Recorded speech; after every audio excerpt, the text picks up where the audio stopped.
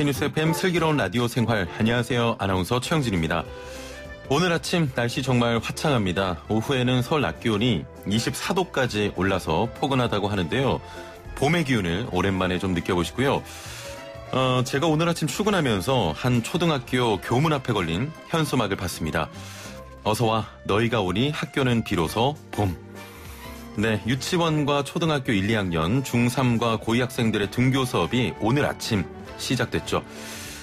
특히 입학 후에 단 한 번도 학교에 가보지 못했고 입학식조차 없었던 초등학교 1학년생들, 오늘 처음으로 겪어본 학교 생활이 어땠을지 눈에 선합니다.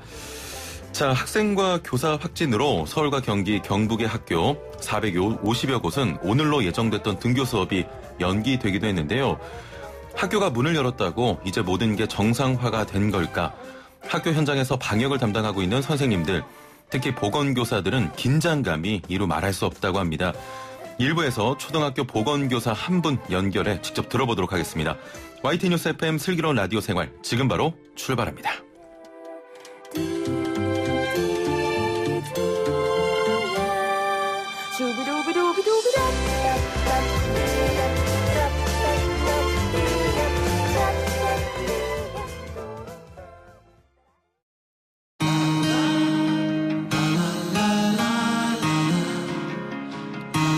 생활이 묻고 정보가 답한다. YTN 뉴스 FM 슬기로운 라디오 생활. 네, 1부는 현장의 목소리로 생활 속 이야기 들어봅니다. 오늘부터 추가 등교 계약이 시작됐습니다. 특히 초등학교 1학년들은 입학 후 처음 등교했죠. 잠잠 해제만 하면 터지는 코로나19 확진 사례로 인해서 그간 대여섯 차례 미뤄졌던 등교. 등교 계약을 놓고 아직도 찬반이 팽팽하고요. 청와대 국민청원 게시판에는 학교의 방역 컨트롤 타워라고 불리죠. 보건교사가 등교 계약 반대 청원을 올리기도 했습니다. 자, 학교 현장은 어떤 상황일까요? 초등학교 보건교사이자 서울시 보건교사회 회장이신 강유교 선생님 연결되어 있습니다. 안녕하세요. 안녕하세요. 예, 바쁘실 텐데 전화 연결 감사드리고요. 현재 초등학교 보건교사로 근무하고 계시죠? 네, 성수초등학교 보건교사로 근무하고 있습니다. 예. 오늘부터 거듭 말씀드립니다만 고2, 중3, 초등학교 저학년, 유치원생들이 등교를 했습니다. 등교 계약을 연기하는 학교도 있는데 근무하시는 지금 성수초등학교는 등교를 했습니까? 아니요, 저희 학교는 등교가 일주일 미뤄졌습니다. 아, 예. 그래서 오늘 인터뷰도 가능한 것이고요. 예. 저희 학교 학생들과 학부모님들이 많이 다니는 성수동 주변 식당에 코로나 감염증 환자가 오늘 또 급증해서 저희 학교는 부득이 일주일 연기하게 되었습니다. 예, 어제 서울 은평구의 초등학교에서 확진자가 나와서 등교 연기했다고 하는데 아마 선생님께서 근무하시는 학교도 이런 학교 중에 하나인 것 같습니다. 네, 그렇습니다. 예, 일단 오늘부터 등교 계약을 놓고 학생과 학부모뿐 아니라 일선 교사들도 우려의 목소리가 큰 것 같습니다. 조금 전에 말씀드렸지만 한 보건교사님께서 국민청원에 등교 반대를 하기도 했고요. 그야말로 전운이 감돌고 있다 이런 말씀도 하시던데 현장에서 보시니까 어떻습니까? 예, 저희도 사실은 굉장히 떨립니다. 예. 학교 현장도 언론의 그 확진자 발표나 이런 것들을 예의주시하면서 긴장감 속에 준비하고 있습니다. 예. 코로나가 금방 종실될 것이 아니고 장기전이라고 보면 생활 속에서 철저히 방역하면서 조심스럽게 가자는 것이 정부의 방침이라고 알고 있습니다. 예. 그래서 어느 방침도 완벽할 수는 없지만 우리 보건교사들은 교육당국, 교육부, 교육청과 함께 지침에 충실하면서 최선을 다해 대응하겠다는 마음입니다. 예. 지난주에 이미 고3들은 등교를 했습니다. 네. 고등학교에 계시는 보건교사분들은 먼저 일주일을 좀 겪어보니까 어떻다고 말씀하시던가요? 첫날은 정말 전쟁통 같은 하루였다는 말씀을 하시더라고요. 아, 전쟁 같은 하루였다. 네, 특히 이제 온라인 자가검진을 하고 와야지 되는데 예. 거의 안 하고 오거나 그리고 또 학생들이 너무 오랜만에 만났잖아요. 예. 반가운 나머지 생활 거리가 전혀 지켜지지 않고 그래서 우왕좌왕하고 했으나 지금은 이제 점점 안착되어 가고 있는 걸로 알고 있습니다. 예. 학교에서도 생활지도를 굉장히 강화하고 있다고 합니다. 예. 방금 말씀하신 사례는 고3이고요. 초등학교는 어떨까요? 초등학교는 이제 오늘 아마 빠른 학교는 오늘 개학이라서 예. 좀 더 지켜봐야 되겠지만 예. 일주일 전에 저희가 자가진단 검진을 계속 했었잖아요. 아, 그렇군요. 예. 예, 중학교나 고등학교보다는 초등학교는 아무래도 학부모님이 자가 검진에 이제 참여하시다 보니까 굉장히 잘 하시는 편이에요. 예. 고등학교 같은 경우는 그래도 이렇게 지켜라 하면 말을 좀 학생들이 듣는데 초등학생 네. 저학년 같은 경우는 어떨 거라고 보십니까? 지금 반대인 것 같습니다. 예. 고등학교, 중학교, 고등학교는 지키라고 해도 그 학생들의 그 특성상 잘 안 하고 그래서 선생님들이 일일이 점검을 해야 될 정도로 예. 이제 가는 부분이 있고요. 예. 오히려 초등학교는 학부모님이 꼼꼼하게 챙겨주시기 때문에 예를 들면 자가진단이나 예. 이런 부분이 더 잘 되는 것 같습니다. 아, 오히려 더 괜찮을 것이다. 네. 발열 체크도 보건교사가 담당하십니까? 네, 물론입니다. 저희가 이제 발열 체크는 그래서 예. 그 열 화상 카메라를 모든 학교가 다 서울시만 해도 다 준비되어 있습니다. 일일이 한 명씩 줄 서서 하시나요? 네, 한 명씩 줄 서서 그 열 화상 카메라 앞에 잠시 멈췄다가 지나가는데요. 예. 뭐 시간이 지금은 오래 걸리지 않고 첫날은 중고의 경우 좀 걸렸으나 이제는 굉장히 아이들도 익숙해져서 학생들도 금방금방 진행이 잘 되고 있다고 합니다. 예, 다행이군요. 네. 청와대 국민청원의 한 보건교사님이 글을 올리셨습니다. 선생님들 사이에서는 방역은 물 건너갔다. 전국에서 1, 2, 3등으로 확진자 발생만 막자 이런 분위기다. 등교 계약을 취소하라 이런 내용 담겨 있는데 선생님들 사이에서 분위기는 어떻습니까? 개인적으로는 얼마나 힘들었으면 그렇게까지 했을까 하는 공감 가는 부분도 있습니다만 예. 다 그렇지는 않다고 봅니다. 예. 얼마까지만 해도 학교의 방역이 마치 보건교사 1인의 몫인 것처럼 업무가 쏟아지기도 했거든요. 예. 인력 지원도 없는 상태였고요. 코로나 방역이 보건교사 한 사람이 할 수 있는 부분이 아니고요. 학교의 모든 교직원이 함께 해야만 가능한 것이고 특히 관리자분들이 더 많이 도와주셔야 됩니다. 예. 처원하신 선생님처럼 아직도 혼자 고군분투하시는 보건쌤도 분명히 있습니다. 예. 학교의 관리자분들이 해당 학교의 보건선생님이 혼자서 애쓰고 고군분투하지 않는지 잘 살펴봐 주시고 지원해 주셔야 하고요. 예. 보건선생님들을 소진되지 않도록 잘 지켜주시길 당부드리고 싶습니다. 예. 각 학교마다 이 충원 인력들이 투입이 됩니까? 네. 지금 이제 서울시 교육청에서는 예. 1,000명 이상 학교에 보건선생님 업무를 지원해주는 그 지원교사를 예. 좀 배치를 해줬고요. 예. 그리고 또 학교 전체적으로 방역을 담당하는 방역을 할 수 있는 인력을 학교당 5명씩 이렇게 지원해주고 있습니다. 예.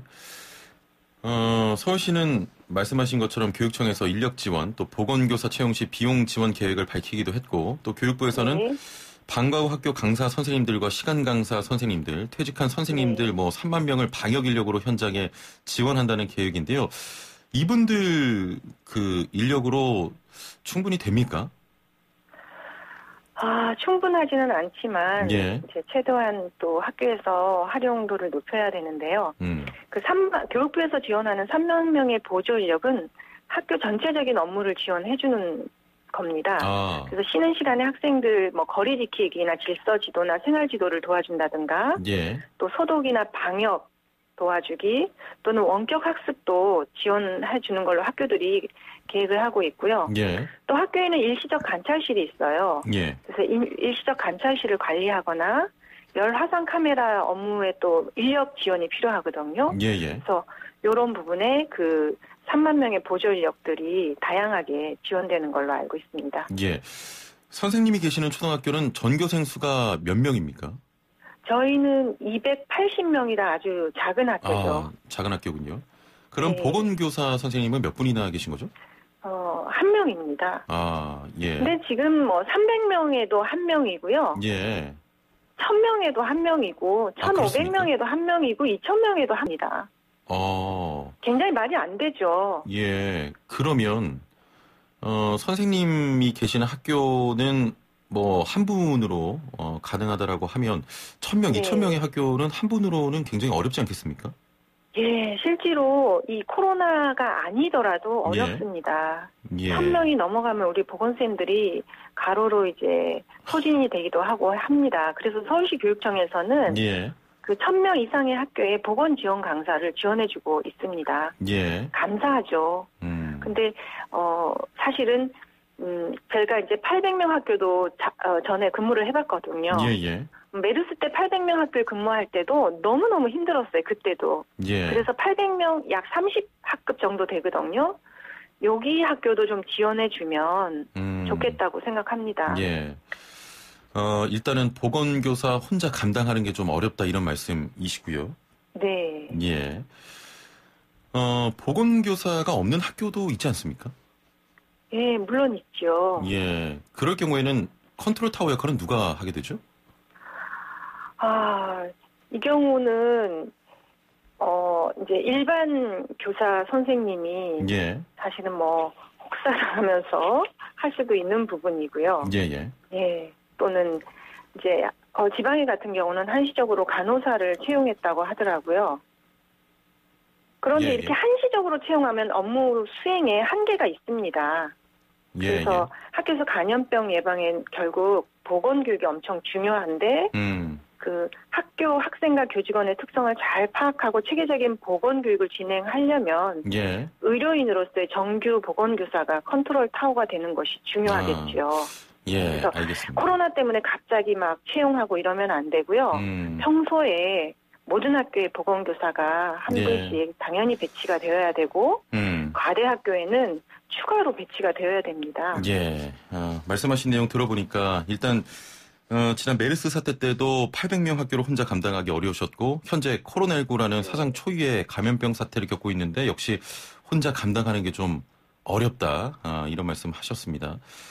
네. 보조 인력에 대한 이야기를 좀 더 나눠보면 3만 명의 보조 인력은 어떤 일을 좀 맡게 됩니까? 자세히.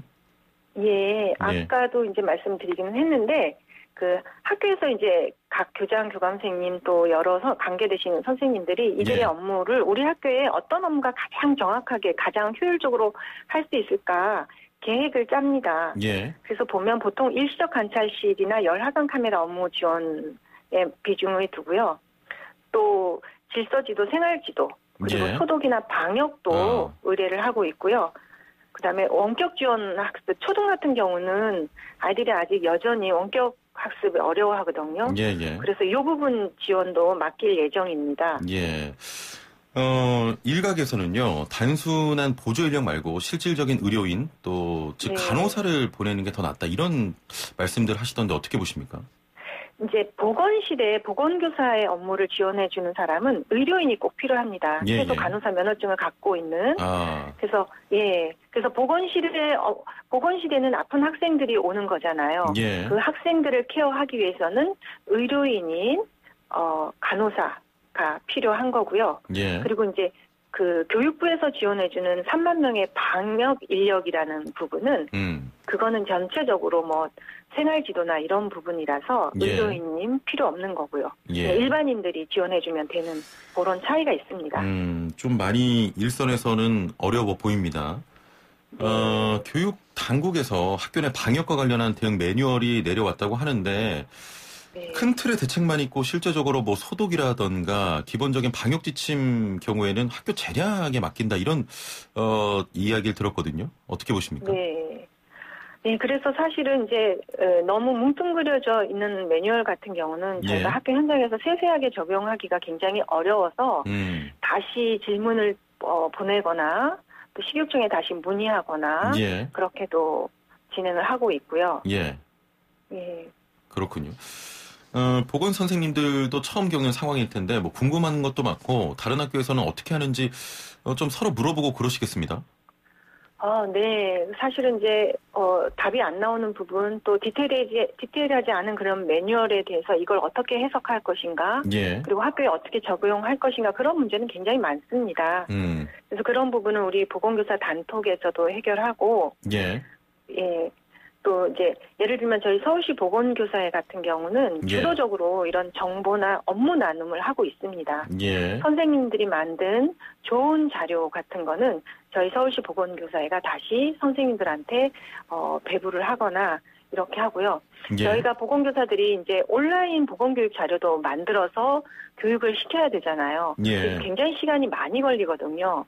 모든 교사들이 이거에 다 매달린다면 굉장히 노력이 또 필요하겠죠. 그래서 예. 저희가 자료를 또 만들어서 그 선생님들께 굉장히 많이 보급도 하고 그렇습니다. 학교 재량으로 하는 부분이 굉장히 많은데요. 구체적으로 어떤 부분을 학교에서 직접 해결하고 계십니까? 이게 학교의 크기도 다 다르잖아요. 예, 예. 300명, 1000명, 1500에 따라서 예. 큰 학교는 이제 보조 인력이 주어지지만 작은 학교는 주어지지 않는 부분. 이럴 예. 때는 또 다시 큰 학교에 보조 인력이 주어지면 일시적 관찰실 같은 경우는 그 주어진 보건 지원 강사가 다 해결하면 되는데 예. 저희 학교 같은 경우는 그 일반 선생님이나 직원 중에 해줘야 되잖아요. 예. 그러면 이제 그런 부분은 또 다시 학교에서 논의를 해서 결정해야지 되고요. 예. 그래서 각 학교마다 상황이 조금씩 달라지는 거죠. 지금 모든 교사분들께서 응급 환자에 신경을 못 쓸 것 같습니다. 코로나19 때문에. 만약에 뭐 운동을 하다 다치거나 코로나19가 아닌 다른 또 질환으로 좀 응급 환자가 나올 경우에는 대처하기가 괜찮겠습니까? 그래도 이제 해야 되는 거죠. 그래서 사실은 저희가 힘들다고 너무너무 힘들다고 얘기하는 거예요. 예. 평소의 업무를 똑같이 진행을 하면서 더 큰 코로나 업무를 진행하고 있는 거잖아요. 예. 그렇기 때문에 정말 제일 중요한 건 응급 상황에 어떤 오류가 있거나 응급 상황에 제대로 대처하지 못하면 코로나 업무 아무리 잘해도 소용없는 거 아니겠어요? 예. 그래서 저희들이 그만큼 어려운 거고 정신 정말 바짝 차리고 예. 긴장 속에 진행해야 되고요. 예. 그래서 좀 보건실에 좀 더 지원 인력이 필요하다는 말씀을 드리는 거예요. 예. 마지막 질문인데요. 서울 은평구에서 긴급 돌봄을 이용했던 초등학생이 학교에 갔다가 두통과 발열 증상이 나타나 검사를 받았습니다. 결국 네. 코로나19로 확진을 받았는데 이렇게 학교에서 갑자기 열이 나면 보건소로 가게 됩니까? 지금은 보건실로 오면 안 됩니다. 예. 보건실이 만약에 오염이 되면 또 안 되는 거잖아요. 그래서 일시적 관찰실로 보내야 됩니다. 학교 보건실로 가는 게 아니고요? 네. 예. 담임 선생님이 그 학생에게 보건용 마스크를 착용시켜요. 그리고 보건실로 연락을 주면 일시적 관찰실 담당 선생님이 올라가서 예. 그 학생을 데리고 옵니다. 물론 이것도 학교마다 다 똑같은 매뉴얼은 아니에요. 예. 학교 상황마다 다 다르지만 지정교사나 일시적 관찰실 담당자가 교실에 가서 그 학생을 데리고 일시적 관찰실로 내려오면 예. 제가 이제 보건교사가 가서 그 학생 체온 측정하고 예. 다시 한번 호흡기 증상이나 역학적인 연관성이 있나 없나 확인한 다음에 학부모 연락하고 선별 진료소로 보냅니다. 그렇군요. 알겠습니다. 자, 선생님께서 학부모님들 또 교육당국에 보건교사를 네. 대표해서 꼭 당부하고 싶은 말씀이 있다면요? 네, 교육부와 식육청의 바람이 있습니다. 예. 교육부와 식육청에서는 올해는 학교 보건 사업을 많이 줄여주시길 바랍니다. 예를 들면 흡연 예방 사업이라든가 학생 건강 검진, 건강 검사, 예. 교직원 심폐소생술 굉장히 많은 사업들이 있는데요. 이렇게 올해 하기 어려운 사업은 가감하게 줄여주시길 부탁드리고요. 예. 또 현재 코로나와 관련해서 매일 보고하는 공문이 내려오는데 예. 너무너무 공문이 복잡하고 또 컴퓨터 화면에 이 서식이 다 들어오지 않을 정도로 방대한 분량의 서식을 매일매일 저희들이 보고하라고 공문이 또 내려왔습니다. 예. 그래서 이 업무를 하다가 정말 중요한 방역을 놓칠 수 있고 또 응급 상황에 대처 못할까 두려움이 예. 있습니다. 그래서 최대한 이런 업무적인 부분에 좀 잘 정리를 해주셔서 일선 학교에서 예. 이걸로 인해서 방역에 구멍이 생기지 않도록 도와주셨으면 합니다. 네, 과다한 행정 업무 때문에 그 학생들의 건강을 놓칠 수 있다 이런 말씀이신 거죠? 네. 예, 알겠습니다. 자, 어려운 상황으로 보이는데 코로나19 감염 방지에 만전을 기해 주시길 바랍니다. 오늘 말씀 감사합니다. 네, 감사합니다. 예, 서울시 보건교사회 회장이신 강유교 선생님과 함께했습니다. 생활의 달인이 되는 법이요? 하하!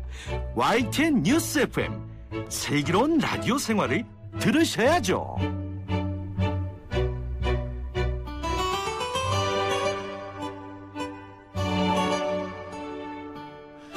네, 생활의 달인이 되는 손쉬운 방법 YTN 뉴스 FM 슬기로운 라디오 생활과 함께하는 건데요. 매일 3분씩 건강한 자세의 달인이 되는 시간입니다. 리 씨와 함께합니다. 안녕하세요. 나마스테. 나마스테. 자, 오늘 어떤 자세입니까? 네, 여러분 평소 발목을 자주 접질리는 분들 있지 않으신가요? 또 전데요. 다 해당되시네요. 걷다가 약간 삐끗해요. 그렇죠. 예. 보통 경사가 가파른 길을 내려올 때 혹은 이제 여성분들의 경우 높은 하이힐을 신고 다닐 때 예. 발목 삐는 경우가 종종 있습니다. 이 발목이 삔다는 것은 발목을 잡아주고 있는 주변 인대가 손상된다는 건데요. 아, 그렇군요. 그런데 여기서 중요한 건 발목이 삔 거를 그냥 가볍게 여기고 내려놨다가는 만성적인 통증이 올 수가 있어요. 예, 예. 그래서 평소 발목 스트레칭이 굉장히 중요합니다. 사실 한 번 삔 발목은 계속 삔다고 하거든요. 그렇죠. 예, 네. 저도 축구나 좀 달리기 하기 전에 몸풀기 운동으로 발목 스트레칭을 꼭 합니다. 오, 잘하고 이번은 계셨어요. 자신 있어요. 네. 잘하고 계셨네요, 진짜. 예, 예. 제가 준비한 오늘 동작도요. 여러분들의 소중한 발목을 보호하는 동작인데요. 예. 일명 포인플렉스 동작입니다. 포인플렉스. 네, 예. 한번 바로 따라해 볼게요. 먼저 의자에 허리 세우고 예. 바르게 앉은 상태로 진행해 볼게요. 허리를 세운 상태에서 양손 풀어서 의자 밑을 가볍게 잡아 볼게요. 예, 예. 그 상태에서 오른쪽 무릎을 쭉 펴서 오른 다리를 내 무릎 높이만큼 들어줄게요. 예. 네, 그 상태에서 발끝을 멀리 밀어내 볼게요. 발등이 쭉 펴지도록. 오. 이 상태 포인. 예. 네, 여기서 발끝을 다시 몸통 쪽으로 힘껏 당겨볼게요. 예, 예. 플렉스, 종아리가 늘어나시죠? 그렇군요. 네, 이렇게 포인 플렉스 하는 것을 1회로 총 5번 이어가시면 됩니다. 예. 오늘 동작은 발목 운동인데 네. 사실 발목도 시원하지만 종아리도 땡기고요. 그렇죠. 무릎까지 좀 자극이 느껴집니다. 오늘 동작 제대로 따라하고 계셨네요. 예. 네, 형진 씨처럼 이렇게 종아리와 무릎까지 팽팽하게 자극이 느껴져야 해요. 그래서 이 포인플렉스 동작은요, 종아리 라인을 매끄럽게 만들어주는 종아리 다이어트 효과도 있고요. 예, 예. 또 평소 무릎 관절이 좋지 않은 분들에게 좋은 스트레칭 동작이 되기도 합니다. 종아리 라인을 매끄럽게 해주는 다이어트 효과도 있다라고 하셨는데요. 네. 많은 분들이 따라하시면 좋을 것 같네요. 그렇죠. 예. 많은 자, 오늘 3분 요가 리씨 선생과 함께했습니다. 감사합니다. 나마스테. 나마스테.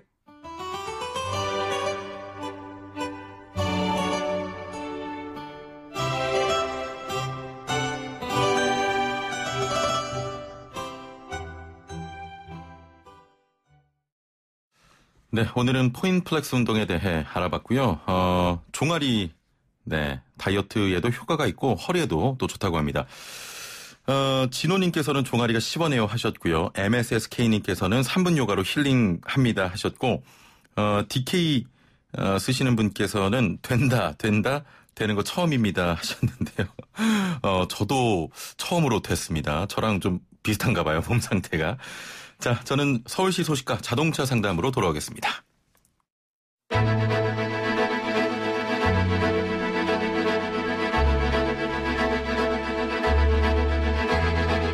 구석구석 알찬 정보들을 모아 지혜로운 생활로 인도합니다.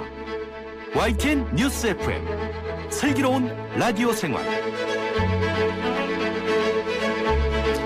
네, 슬기로운 라디오 생활 2부는 생활 정보로 시작합니다. 오늘 서울시 소식 준비했는데요. 코로나19 사태 장기화로 소상공인의 피해가 점점 늘고 있습니다. 우리 경제의 근간이 되는 소상공인을 위해서 서울시가 특별 지원책을 마련했다고 하는데요. 자세한 내용 살펴보죠. 서울시 소상공인 사업팀 한봉기 팀장님 연결돼 있습니다. 안녕하세요. 네, 안녕하세요. 반갑습니다. 예. 자, 요즘 자영업 하시는 분들 또 소상공인 분들 많이 힘드십니다. 현장의 목소리 어떻습니까? 네, 그렇습니다. 코로나19로 모든 분들이 힘드십니다. 예. 특히나 영세 소상공인은 직격탄을 맞았다고 할 수 있는데요. 실제로 소상공인의 약 99%가 전년도와 비교해 매출이 크게 감소했다는 조사 결과도 있고요. 예. 이 중 일부는 폐업까지 고려하고 있을 정도로 아주 안타까운 상황입니다. 이런 분들을 위해서 서울시가 특별한 지원책을 내놨다고요? 네, 서울시는 코로나 보릿고개라는 말이 나올 정도로 아주 예. 절박한 현실에 있는 영세 사업자들을 위한 특별 지원책을 마련했습니다. 예. 월 70만 원씩 2개월간 총 140만 원을 현금으로 직접 지원하기로 했습니다. 예. 영세 자영업자분께는 굉장히 반가운 소식인데 지원을 받기 위해서 필요한 조건이 있습니까? 예, 그렇습니다. 일단 작년 연매출이 일단 2억 원 미만이어야 합니다. 예. 또 사업자 등록증상 사업장이 서울시에 있어야 하고요. 2월 말 기준으로 6개월 이상 영업한 소상공인이시면 지원 대상이 됩니다. 예. 다만 유흥업소나 도박, 향락, 투기 등 일부 업종과 휴업이나 폐업을 한 업체, 상시 근로자 수가 소상공인 기준에 못 미치는 업체는 지원이 제외됩니다. 지금 많은 분들께서 방송 들으시면서 굉장히 반가울 것 같은데 모르셨던 분들을 위해서 신청 방법 좀 소개해 주시죠. 예.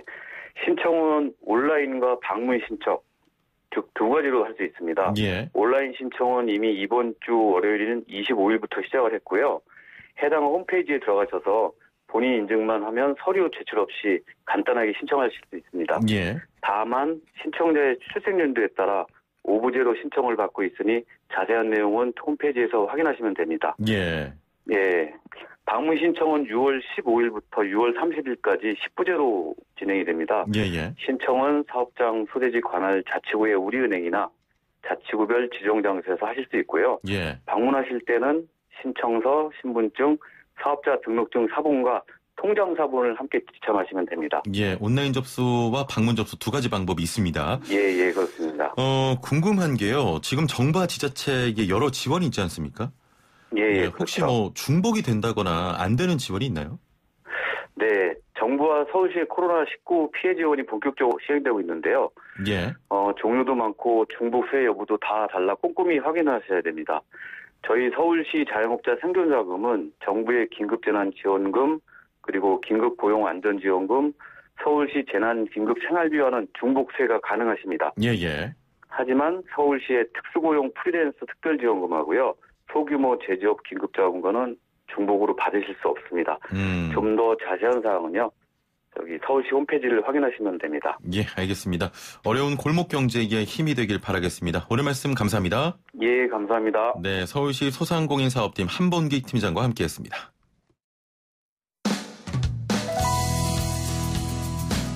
슬기로운 라디오 생활 2부에서는 건강, 세금, 자동차, 부동산, 노동 분쟁까지 생활 속 궁금증과 상식들을 속 시원하게 풀어보는 상담실이 마련됩니다.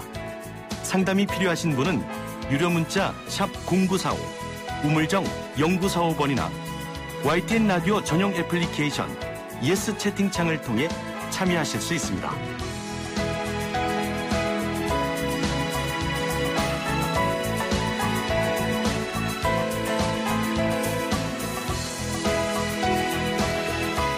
네, 슬기로운 라디오 생활 2부는 매일매일 각 분야 전문가들과 함께 생활 속 다양한 궁금증 해결해 봅니다. 오늘은 김필수 교수와 함께하는 카좋다 자동차 상담 시간인데요. 운전하신 분들 자동차 몇 년이나 타셨는지요? 차량을 구입한 지 얼마 안 된 분들이라면 앞으로 얼마나 타실 계획입니까? 10년 정도 타면 오래 탔다 이런 이야기 하는데요. 자, 그럼 20년 전에 나온 차량을 리콜해 준다면 리콜 받을 수 있는 차주가 몇이나 될까요? 조금 이상한 리콜 오늘 자세히 알아보겠습니다. 자, 오늘의 주제와 더불어서 이 자동차와 관련된 궁금증 뭐든지 질문 보내주시면 되는데요. 그야말로 핫 코너입니다. 자동차 상담 문자 늦게 보내시면 상담받을 수가 없으니까요. 지금 듣고 계신 분들 궁금하다 이런 점 바로바로 문자 보내주시길 바랍니다. 우물정 0945 샵 0945 단문 50원 장문 100원의 정보 이용료가 있는 문자 메시지 이용하셔도 되고요. 스마트폰 사용하시는 분들은 YTN 라디오 애플리케이션 활용하시면 됩니다. YTN 라디오 애플리케이션에서 보이는 라디오로 함께 하실 수 있습니다. 자, 그럼 오늘 함께 이야기 나눌 분 모셔보죠. 대림대 자동차학과 김필수 교수와 함께합니다. 안녕하세요. 네, 안녕하세요. 예. 그야말로 슬기로운 라디오 생활의 핫 코너인데 네. 조금 질문들이 감소한 경향을 보이고 있습니다. 아, 그렇습니까? 더 노력하셔야겠네요. 오늘 혹시 네. 출근길에 등교하는 학생들 보셨나요? 지나가는 학생들 봤고 예전만 하더라도 전혀 없었지 않습니까? 근데 최근에 이제 움직이는 학생들 또 이 등교하는 학생들 보니까 이게 정상으로 오고 있구나라는 거를 좀 피부로 느끼고 있습니다. 반갑기도 하지만 좀 걱정도 되는데. 그렇습니다. 아직 대학 같은 경우에는 뭐 이 원격 강의가 이번 학기가 거의 다 결정이 돼서 그렇게 진행되고 있는데 일반 초, 중등 학교 같은 경우에는 좀 걱정도 돼요. 근데 폐쇄된 공간에 하루 종일 있게 되면 그만큼 고민거리는 늘어날 수밖에 없으니까 좀 더 사회적 거리두기 그리고 가장 중요한 게 마스크하고 손을 자주 닦아주는 이게 가장 중요하지 않나 이렇게 보고 있습니다. 알겠습니다. 오늘의 주제가 굉장히 흥미롭습니다. 조금 이상한 리콜. 자, 이번에 발표된 리콜 대상 중에 벤츠코리아 리콜에 대해 문제가 좀 제기가 되고 있는데요. 대상 차량 대부분이 생산한 지 약 20년 가까이 된 2000년대 초중반 모델이라고요? 그렇습니다. 이번에 리콜을 이제 얼마 전에는 이제 벤츠 같은 경우가 이제 배기가스 저감 장치에 문제가 있어서 700여 원에 대한 벌금이 이제 부과가 됐고요.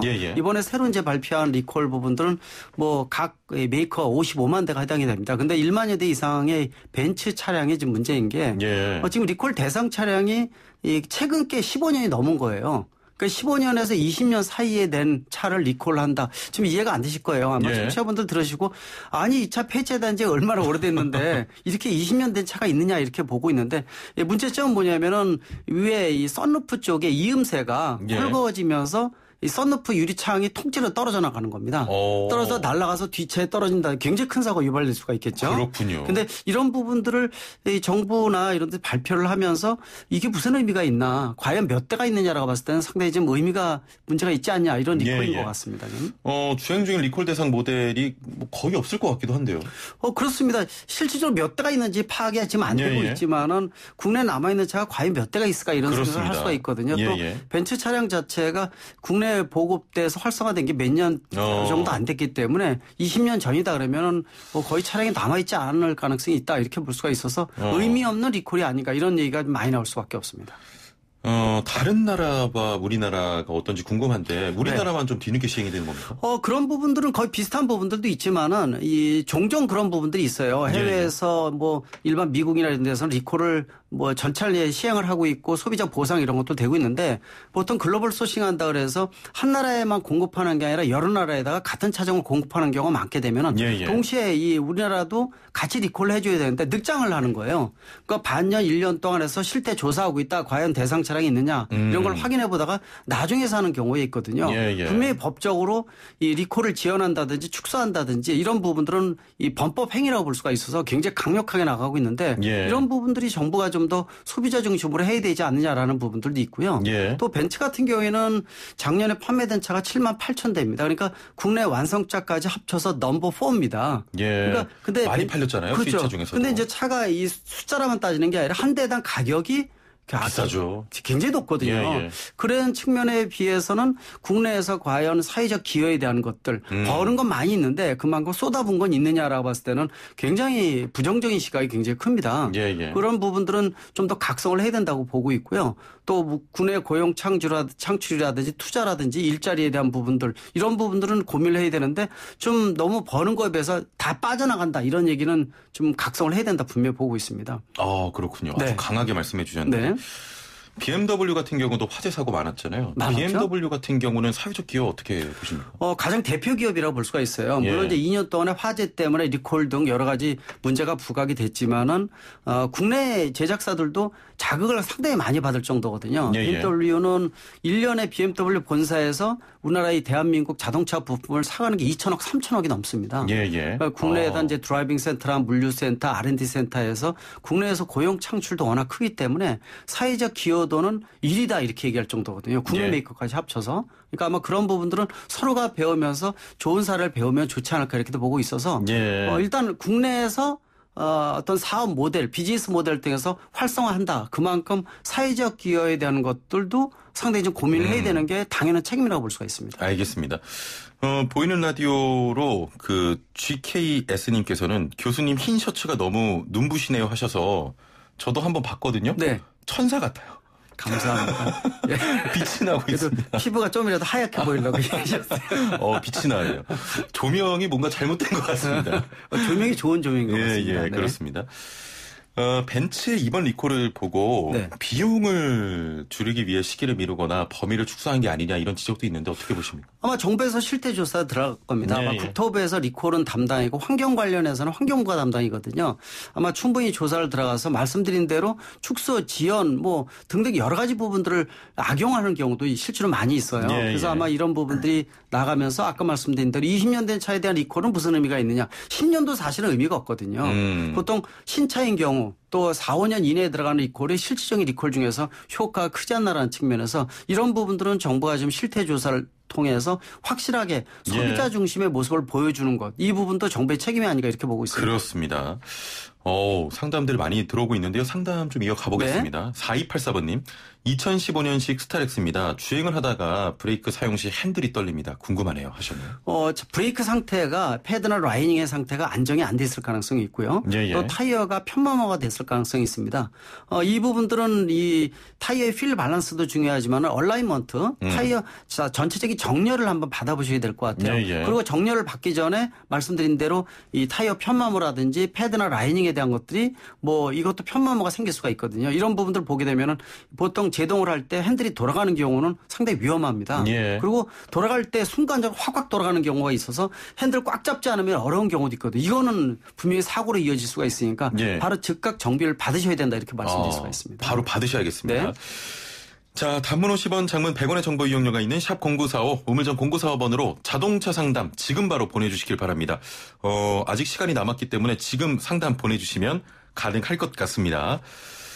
6494번님, 애청자입니다. 엔진오일 교환 주기에 대해서 정의를 좀 내려주시길 바랍니다. 5,000km다, 뭐 10,000km다 제각각입니다. 네. 합성유가 좋다, 순정이 좋다, 시내 주행 시, 고속도로 주행 시 교환 주기가 다르다 등등 정의를 좀 내려주세요 하셨네요. 너무 이 엔진오일 교환에 대한 것들은 관심이 굉장히 큰데요. 예, 예. 차마다 매뉴얼에 나와 있는 것이 보통 이제 1만 킬로미터마다 교환하라 이렇게 얘기를 하거든요. 근데 1만 킬로미터보다 이상 넘어갔을 때는 차에 무리가 가고 오염도가 높아요. 예. 엔진 자체의 수명이 줄어들 가능성, 연비가 낮아질 가능성 이런 예, 부분들이 예. 있기 때문에 매뉴얼에 나와 있는 것보다도 0.78 곱하면은 한 10,000km다 그러면 2,3,000km 좀 당겨서 예, 7, 8천에 7, 8에. 갈아주면 좋거든요. 예. 근데 사람마다 좀 틀려요. 그래서 어떤 분들은 12,000, 3,000에 갈아주신 분들 또 7,000, 6,000에 갈아주신 분들이 있는데 빨리 갈아주게 되면은 그만큼 엔진의 상태는 좋은 건 사실이지만은 너무 빨리 갈아주면은 엔진 오일 비용도 적게 들어가지는 않거든요. 그렇습니다. 적절한 부분들 본인의 운전 습관이 좀 험하다. 예. 또 정석이 아니라 가다쓰다 반복한다 그러면은 엔진 오일이 오염도가 좀 높을 수가 있으니까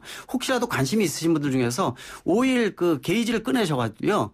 혹시 손으로 한번 비벼주는 것도 괜찮아요. 색깔이 시커멓게 변하는데요. 예. 손을 비벼줄 때 손이 매끌매끌해서 이물질이 없다 그러면은 좀 깔끔한 건데 예.